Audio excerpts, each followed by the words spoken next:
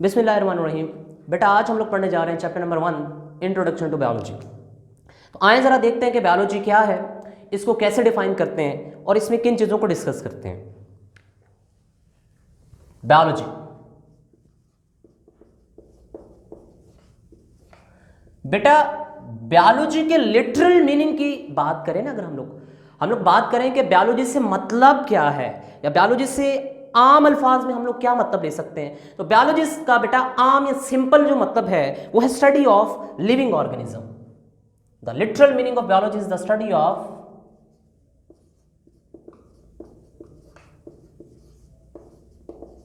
Living organisms. किनका मुताला मेरे बच्चों? जिंदा जानदारों का मुताला, study of living organisms.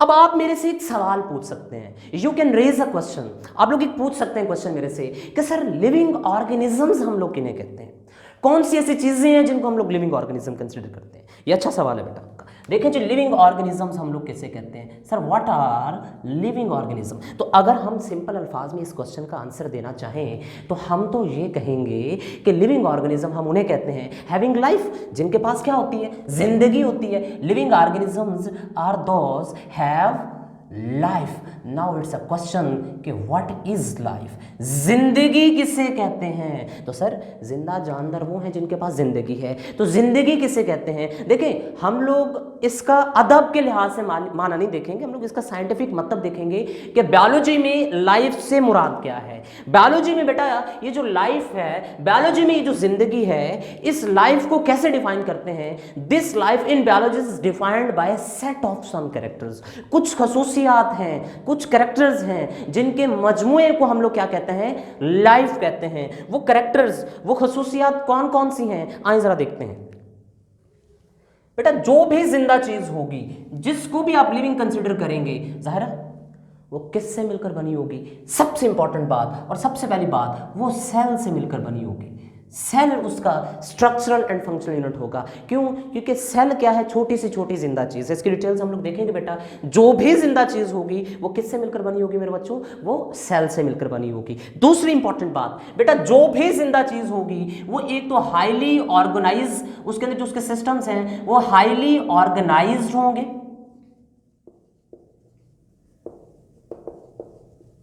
And वो क्वाइट कॉम्प्लेक्स, उसके जो सिस्टम्स है बेटा वो हाईली ऑर्गेनाइज्ड एंड बहुत ज्यादा क्या होंगे मेरे बच्चों, कॉम्प्लेक्स होंगे। तीसरे कैरेक्टर से हम लोग क्या माखूज, तीसरा कौन सा ऐसा कैरेक्टर हो सकता है बेटा, जितने भी लिविंग ऑर्गेनिज्म हैं वो सारे के सारे क्या होंगे बेटा, वो सारे के सारे मेरे बच्चों एनर्जी यूज करते हैं, एनर्जी एक्वायर करते हैं। Can acquire energy, use and acquire means energy उनकी जरूरत होती है, एनर्जी को इस्तेमाल करते हैं। कैसे करते हैं हम लोग देखेंगे बेटा। जितने भी लिविंग ऑर्गेनिजम्स हैं वो क्या करते हैं, जिनके अंदर जिंदगी होती है बेटा, can move and locomote, can move and locomote means वो एक जगह से दूसरी जगह भी जा सकते हैं और एक जगह के ऊपर खड़े होकर मूवमेंट भी कर सकते हैं। इसी तरह जितने भी लिविंग ऑर्गेनिजम्स होंगे मेरे बच्चों, वो सारे के सारे लिविंग ऑर्गेनिज्म, जितने भी जिंदा जानदार होंगे, सारे के सारे जानदार वो क्या कर सकते हैं, कैन रिप्रोड्यूस। क्या कर सकते हैं मेरे बच्चों, रिप्रोड्यूस कर सकते हैं। वो अपने जैसे नए जानदार पैदा कर सकते हैं। अब वो कैसे रिप्रोड्यूस करते हैं ये एक अलग प्रोसेस है। उसके बाद जितने भी लिविंग ऑर्गेनिजम्स हैं मेरे बच्चों, जितने भी जिंदा जानदार हैं आपके पास, जिनको भी आप लोग लिविंग कंसीडर करते हैं मेरे बच्चों, वो क्या करते हैं बेटा, उनके अंदर मेटाबॉलिज्म होता है, complex chemical and biochemical reactions takes place हो रहे हैं। बहुत से रिएक्शंस हो रहे होते हैं उनके अंदर बेटा। क्यों? क्योंकि बेटा देखें हम लोग जो जिंदा जानदार हैं, बायक वक्त हमारी बॉडी के अंदर बहुत से बायोकेमिकल रिएक्शंस, उन सबको मजमूई तौर पर हम लोग क्या कहते हैं, मेटाबॉलिज्म कहते हैं। तो बेटा जितने भी जिंदा जानदार हैं उनके अंदर मेटाबॉलिज्म, और अगर उनमें मेटाबॉलिज्म नहीं है तो ऑब्वियस सी बात है आप लोग उन्हें जिंदा कंसिडर नहीं करेंगे। जितने भी लिविंग ऑर्गेनिजम्स हैं बेटा,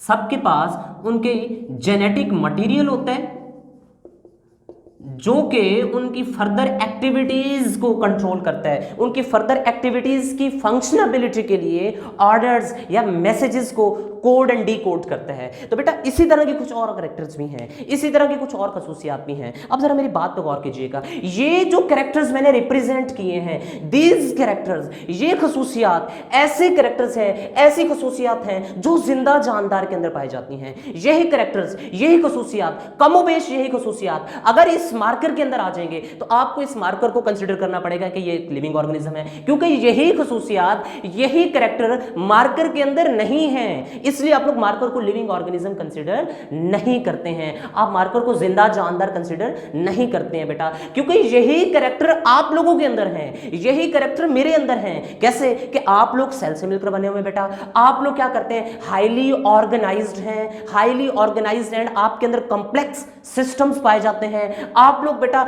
एनर्जी को यूज करते हैं, पौधों को देखें तो पौधे एनर्जी को एक फॉर्म से दूसरी फॉर्म में चेंज भी करते हैं। उसके बाद बेटा आप लोग एक जगह से दूसरी जगह मूव कर सकते हैं, लोकोमोट कर सकते हैं। मूवमेंट एंड लोकोमोशन में सर क्या डिफरेंस होता है? मूवमेंट किसे कहते हैं हम लोग, लोकोमोशन किसे कहते हैं? बेटा मूवमेंट कहते हैं एक ही जगह पर बगैर पोजीशन चेंज किए जो आप लोग हरकत करते हैं वो आपकी मूवमेंट है। लेकिन जब आप एक जगह से दूसरी जगह चले जाते हैं तो उसको मेरे बच्चों आप लोग कहते हैं लोकोमोशन। तो ये मूवमेंट एंड लोकोमोशन में डिफरेंस होता है। उसके बाद मैंने आपसे कहा कि हम लोग अगर लिविंग ऑर्गेनिज्म है, क्यों? क्योंकि हम लोग क्या कर सकते हैं, रिप्रोड्यूस कर सकते हैं। और आप लोगों को पता है कि रिप्रोड्यूस करने के मुख्तलिफ तरीकेकार हैं। एक इंसान जो कॉम्प्लेक्स लिविंग ऑर्गेनिजम्स हैं वो सेक्सुअली रिप्रोड्यूस करते हैं, लेकिन कुछ ऐसे जानदार भी हैं जो एसेक्सुअली रिप्रोड्यूस करते हैं। तो उसके बाद हमारी बॉडी के अंदर बेटा बहुत से बायोकेमिकल रिएक्शंस टेक्स प्लेस हो रहे हैं, जिनको आप लोग मजमूई तौर पर क्या कहते हैं, मेटाबॉलिज्म कहते हैं। और मेटाबॉलिज्म की आप लोगों को पता है फर्दर दो टाइप्स हमारे पास, कैटाबॉलिज्म होता है, एनाबॉलिज्म होता है। इसकी डिटेल्स देखेंगे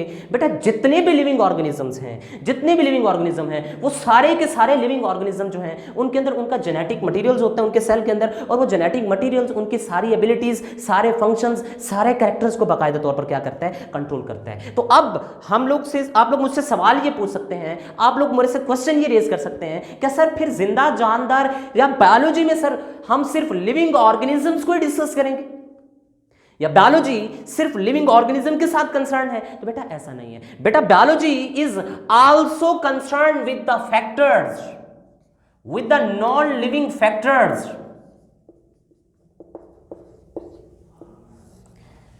biology also concern with the non living factors, जो कि क्या करते हैं, जो कि लिविंग ऑर्गेनिजम्स को डिस्टर्ब करते हैं, या लिविंग ऑर्गेनिज्म के ऊपर अफेक्ट होते हैं, या लिविंग ऑर्गेनिज्म को असिस्ट करते हैं। तो क्योंकि उनका डायरेक्ट या इनडायरेक्ट लिविंग ऑर्गेनिज्म के साथ ताल्लुक होता है, लिविंग ऑर्गेनिज्म के साथ कनेक्शन होता है, वो उसकी मदद कर रहे होते हैं, उनको सपोर्ट कर रहे होते हैं, जैसे कि हवा, पानी और मट्टी, ये नॉन लिविंग फैक्टर्स हैं। जितने भी जिंदा जानदार हैं वो इस लिविंग फैक्टर्स, जितने भी लिविंग फैक्टर्स हैं वो इन नॉन लिविंग फैक्टर्स के साथ क्या हैं, कनेक्ट हैं, जुड़े हुए हैं। इस वजह से हम लोग कहते हैं कि बेटा बायोलॉजी में हम लोग लिविंग ऑर्गेनिजम्स को डिस्कस करते हैं, आल्सो हम लोग उन फैक्टर्स को भी डिस्कस करते हैं जो लिविंग ऑर्गेनिजम्स के ऊपर डिपेंड करते हैं। फिर आपने मेरे से सवाल पूछा कि सर लिविंग ऑर्गेनिज्म क्या होते हैं? मैंने कहा लिविंग ऑर्गेनिज्म उनको कहते हैं जिनके पास क्या होती है, जिंदगी। तो फिर आपने सवाल पूछा कि सर व्हाट इज लाइफ? आप हमें अदब के लिहाज से ना बताएं, आप हमें ये बताएं कि टेक्निकली लाइफ हम कैसे डिफाइन कर सकते हैं। तो बेटा टेक्निकली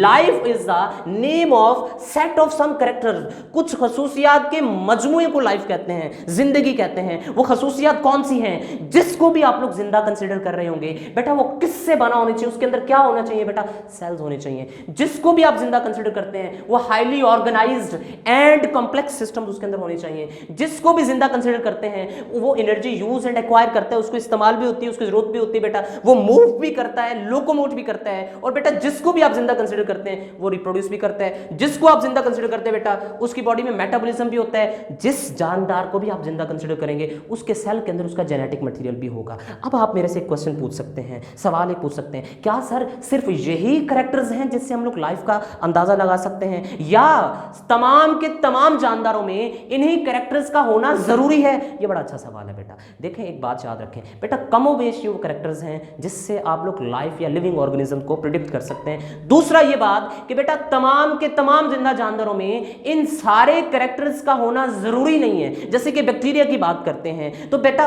बैक्टीरिया इतना ज्यादा कॉम्प्लेक्स नहीं है, बैक्टीरिया एक सेल पर मुश्तमिल होता है, इसलिए बहुत से ऐसे कैरेक्टर्स हैं इनमें से जो बैक्टीरिया के अंदर नहीं होंगे। लेकिन कहने का मतलब ये है कि मजमूई तौर पर जनरली ये वो सेट ऑफ कैरेक्टर्स हैं जो एक लाइफ को डिफाइन करते हैं। ये सेट ऑफ कैरेक्टर्स दीवार में आ जाएंगे तो आपको दीवार को लिविंग कंसीडर करना पड़ेगा, और यही सेट ऑफ कैरेक्टर्स आप लोगों की बॉडी में है तो आप लोग लिविंग ऑर्गेनिजम्स हैं। बेटा ये हमारा आज का इंट्रोडक्शन था, कल हम जो है बायोलॉजी की ब्रांचेस को डिस्कस करेंगे। Thank you.